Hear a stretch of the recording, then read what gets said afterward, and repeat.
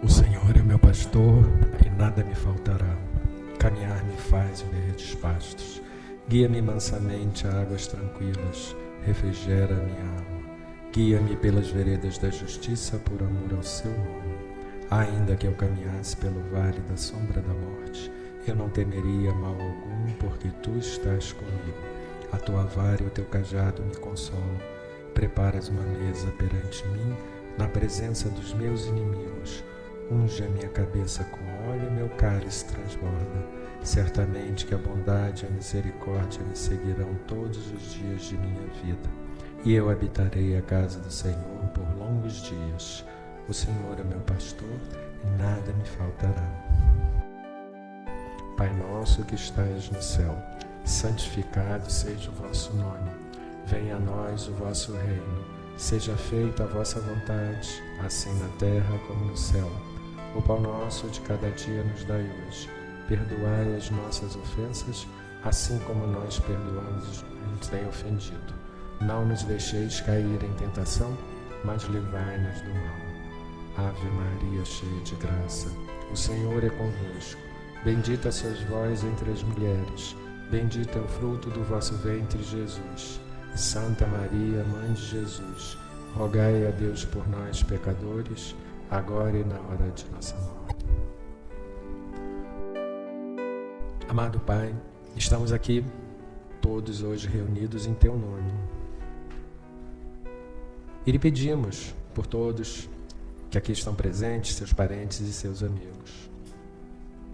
Nós saudamos a Deus, manifestado em seus três aspectos, Pai, Espírito Santo e Espaço Virgem. Nós saudamos ao Cristo, Filho unigênito do Pai. Nós saudamos a lei divina de amor que cria, mantém e regenera todo o universo. Nós saudamos a todas as linhas de Umbanda. Nós saudamos e pedimos a força a todos os orixás de Umbanda. Nós saudamos e pedimos a força à Fraternidade Branca Universal, a Miguel Arcanjo e a Melquisedeque. Nós saudamos e pedimos a força à Corrente Franciscana, a São Francisco de Assis e ao Caboclo Tupinambá. E nós saudamos e pedimos a força a todos os guias de luz responsáveis por este trabalho e nos colocamos à sua disposição. Gostaríamos também, Pai, de lhe pedir pela paz no mundo, pela paz entre povos e nações, entre governantes e governados.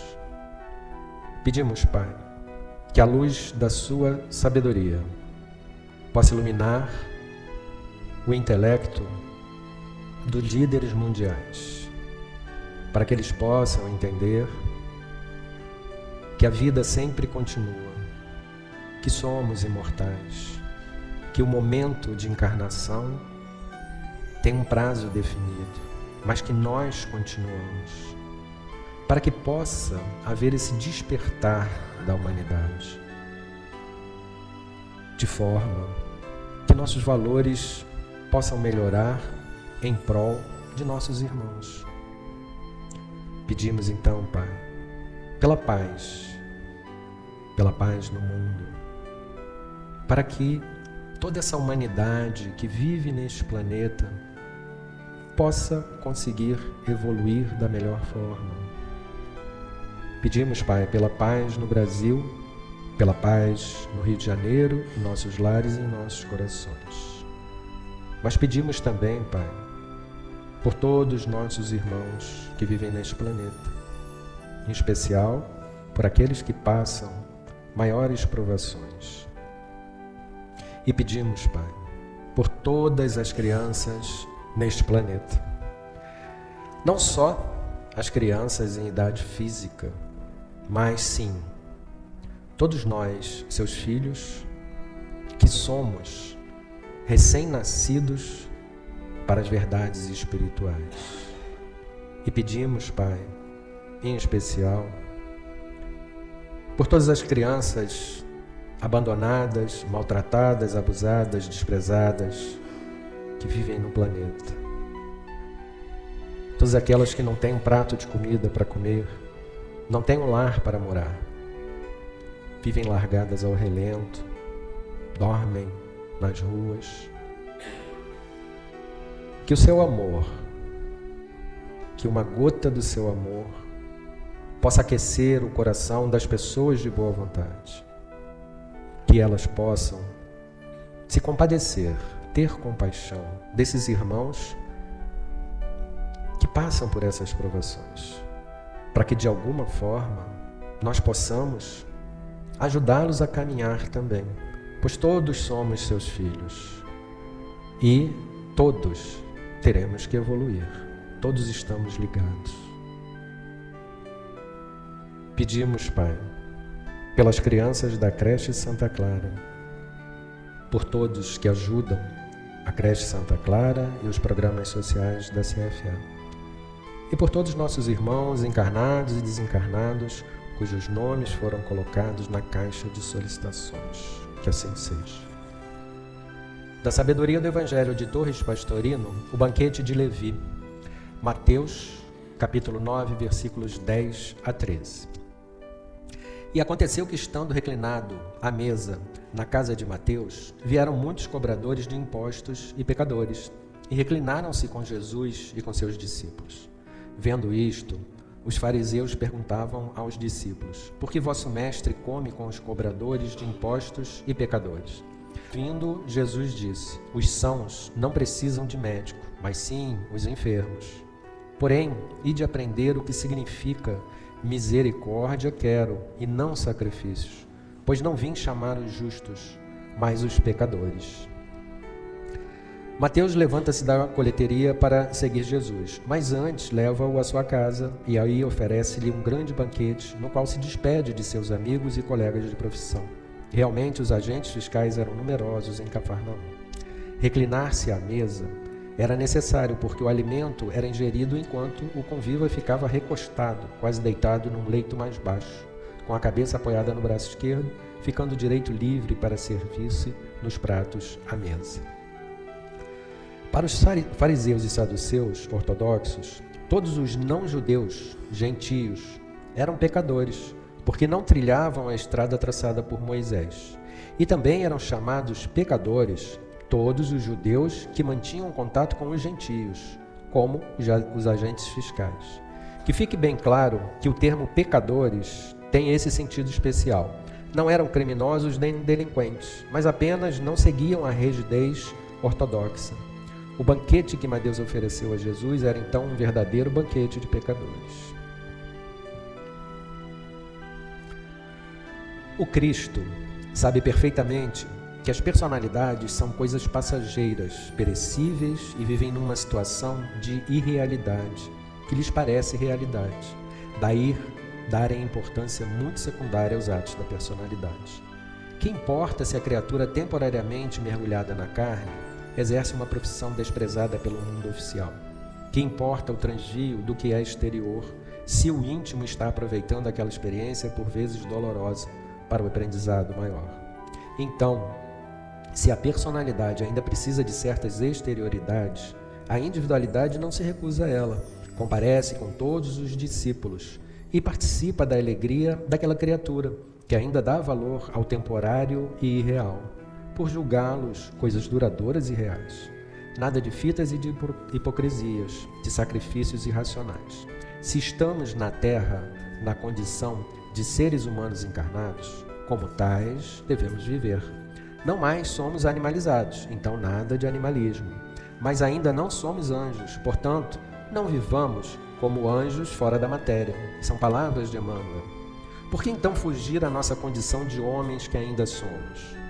A lição de Jesus neste fato é importante e visa a todos os que se envaidecem de suas posições sociais, fugindo ao contato com os enfermos morais. Exatamente estes são os mais necessitados. A misericórdia é superior a qualquer ato religioso. E ao Cristo não interessam a admiração e os elogios dos bons, dos justos e dos santos. Esses têm a sua trilha traçada e a seguem sem tropeço. O que a individualidade tem que fazer é exatamente convidar as personalidades, ainda viciadas e animalizadas, para que modifiquem a sua mente, seu modo de pensar e de ver a vida. Não temamos conviver com pecadores e transviados. Não fujamos da sua companhia, não recusemos banquetear-nos à sua mesa, pois daí poderão advir grandes vantagens para eles e para nós. Porque afinal, em que nós somos melhores do que eles? Só o pensamento de que somos melhores já é uma prova de que não somos. Pelo menos eles são humildes, pois sabem que são pecadores, e com isso sintonizam com Deus. E nós, que nos julgamos melhores, manifestamos a nossa vaidade tola, e com isso nos distanciamos de Deus, que é a humildade perfeita. Bem, esse evangelho de hoje traz para a gente esse banquete de Levi, né? Mateus, mais conhecido, né? O apóstolo, ele foi convidado por Jesus para ser mais um apóstolo, participar do grupo que seguia Jesus, né? E como ele tinha que mudar radicalmente a vida dele, era um cobrador de impostos em Cafarnaum, então ele foi se despedir das pessoas, né? E os amigos que ele tinha eram cobradores de impostos, né? Pessoas da mesma função que ele, da mesma função social. Ao ver isso, os fariseus e os saduceus, os fariseus eram os religiosos da época, né? Foram questionar os discípulos por que o mestre deles se juntava aos pecadores, né? Como o Pastorino explicou, pecadores aqui tinha esse significado, né? As pessoas da época, qualquer pessoa que não fosse judia e que não seguisse o mosaísmo, a lei mosaica, ela era pecadora. Então, qualquer outro povo que não fosse judeu era pecador. E mesmo os judeus que se envolviam com essas pessoas, por algum motivo, né? Mateus era um judeu, mas ele era cobrador de impostos e convivia com os não-judeus. Ele também era classificado como pecador. E aí vem Jesus, né, finalmente dizendo que ele não veio para os justos, e para os bons e para os honestos. Ele veio exatamente para esses que estavam desvirtuados, para esses pecadores, como eram classificados, né? Então aqui, nesse trecho, a gente já nota a seguinte questão, né? Que toda a humanidade, ela precisa evoluir. Mas ela precisa evoluir com a ajuda da humanidade. Porque Deus ajuda os seus filhos através de seus filhos. Não fiquem achando que um anjo vai descer do céu para ajudar as pessoas. Porque eles nem podem fazer isso, eles estariam contra a lei de Deus, contra a lei divina. E eles não fazem isso, né? Por quê? Porque espera-se que nós caminhemos com os próprios pés. Assim como a gente espera que um filho nosso aprenda a viver com autonomia, assim os seres mais evoluídos esperam que a gente aprenda a viver com autonomia. E esse aprender a viver com autonomia, nesse enfoque espiritual, significa o quê? Primeiro, termos consciência de quem somos. Quem nós somos. Nós não somos o que vemos. Nós não somos um corpo material. Então começa assim. Nós somos espíritos imortais que estamos evoluindo e momentaneamente estamos encarnados. Ou seja, momentaneamente estamos nos manifestando na matéria. Esse é um ponto de vista para que a gente entenda esse processo, para que a gente entenda toda essa boa nova que Jesus trouxe. Toda boa nova, ela foi falada por Jesus com esse ponto de vista espiritual. Tanto que ele fala que o reino dele não é deste mundo. Ou seja, o reino de Jesus não é do mundo material. O reino de Jesus está no mundo espiritual, né? E nós pertencemos a esse mundo. Então, como o próprio Jesus fala, e o Pastorino também coloca, nós precisamos abrir a nossa mente. Nós precisamos entender qual é a nossa realidade. Senão, a gente continua fazendo as mesmas coisas, valorizando as mesmas coisas. Não é nem questão de valorizar, mas a palavra certa é apegar. Nós continuamos nos apegando às mesmas coisas. Nós continuamos nos apegando, que é o que esse evangelho traz para hoje. Ele fala de vaidade e humildade, né? Nós continuamos nos apegando à nossa vaidade, achando que nós somos melhores que qualquer outro irmão que vive na terra. Mais ainda, achando que nós somos melhores do que qualquer criação de Deus. E o que entendemos por criação de Deus? Deus criou o universo inteiro, não é? Então, nós temos planetas, né? Nós temos os reinos de manifestação na matéria. Nós temos o reino mineral, o reino vegetal, o reino animal, o reino nominal, o reino angélico e outros, serafínico, e outros reinos que estão mais lá na frente, né? Até hoje a gente está, né? Hoje nós estamos no reino chamado hominal, que é o animal racional, né?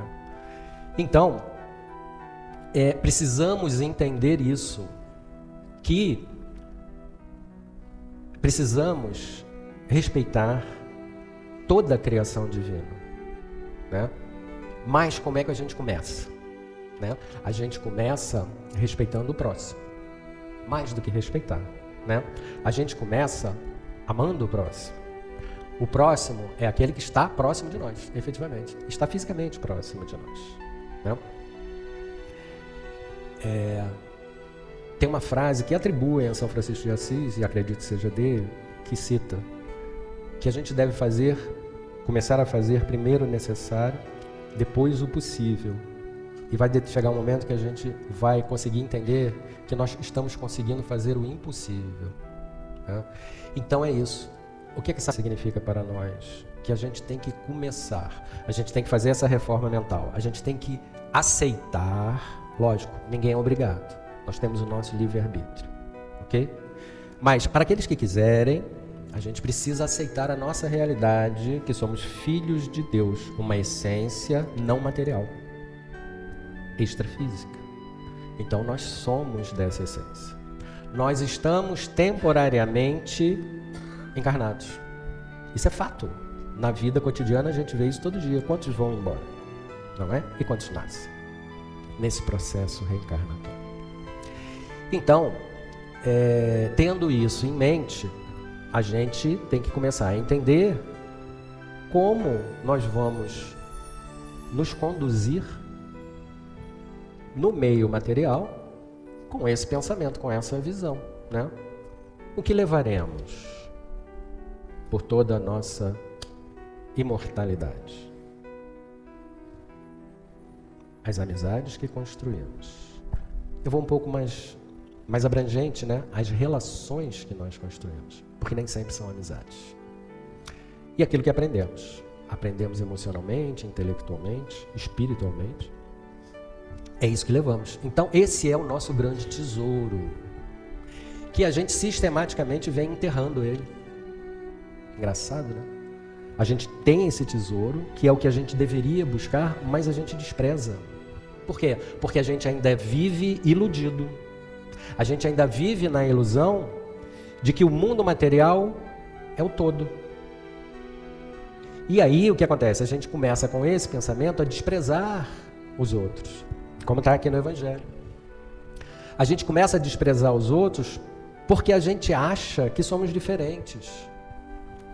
Somos todos iguais. E esse é o recado deste Evangelho. E é através da humildade, do reconhecimento de que somos todos iguais, que vamos ter a oportunidade dessa evolução espiritual. Não somos obrigados. Quem não quiser, não precisa fazer. Quem quiser seguir um caminho de evolução, busque. O Evangelho está aí para ensinar a gente. Cabe a nós aprender. E praticar é o principal. Senhor, faz de nós um instrumento da sua paz. Onde houver ódio, faz com que eu leve o amor.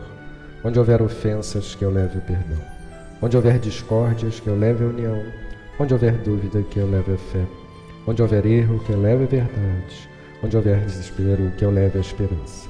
Onde houver tristeza, que eu leve a alegria. E onde houver trevas, que eu leve a luz. Ó Mestre, faz com que eu procure mais consolar que ser consolado, compreender que ser compreendido, amar que ser amado, pois é dando que se recebe, é perdoando que se é perdoado, e é morrendo que se nasce para a vida eterna. Que assim seja.